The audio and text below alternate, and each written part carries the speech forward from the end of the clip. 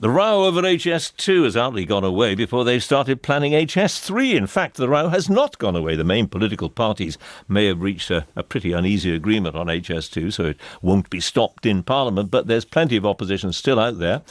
So they are asking questions about why we're now talking, some people are anyway, about HS3. Amongst those, Joe Rukin, who is the campaign coordinator of Stop HS2. Good morning to you. Good morning, John. You're not going to win, though, are you? Because Parliament's going to approve it. There's no question about that now. Well, when Parliament gets to approve this or not will be after the next general election, and you'll have to see what composition Parliament has after the next general election, and of course it'll have to go through the Lords as well.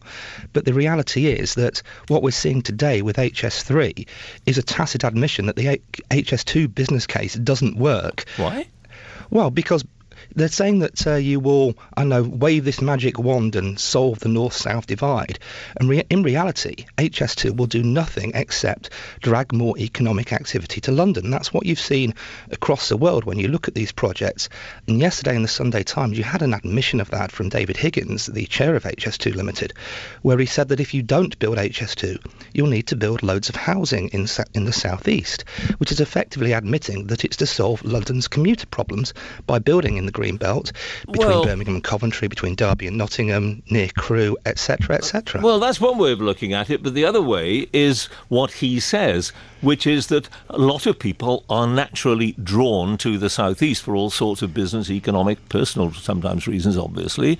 By having HS2, it is going to be easier economically to live in the north. And now this next step, I'm putting their argument, this next step, HS3, means that the north becomes a greater, potentially anyway, economic unit. And that makes a lot of sense, doesn't it?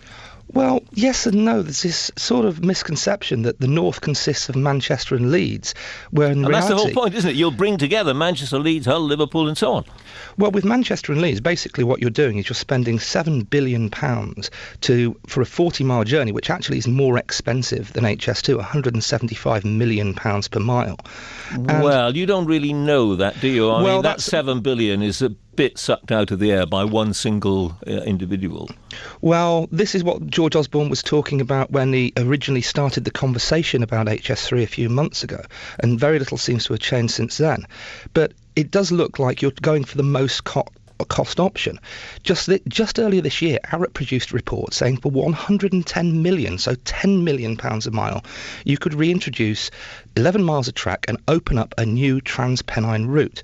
And I say that because when we've tried to say HS2 is, the speed of HS2 is irrelevant and, why is it going this fast? The government have said it's about capacity. But now, with HS3, they're saying, no, it's about speed, it's not about capacity. And if it was about capacity, you could deliver a new line across the Pennines for £110 million, probably two with reopening the Woodhead route for about £500 million. But instead, you're looking at this high-cost option yet again of about £7 billion, definitely billions of pounds, where you could get two lines for just £500 million. But isn't the argument a fairly simple one in a sense? If you're going to do something big to the railways, and something big has got to be done, most people agree, you might as well do what is going to look good and be efficient in 5, 10, 15, 20, 50 years' time, as opposed to something that'll be almost immediately out of date.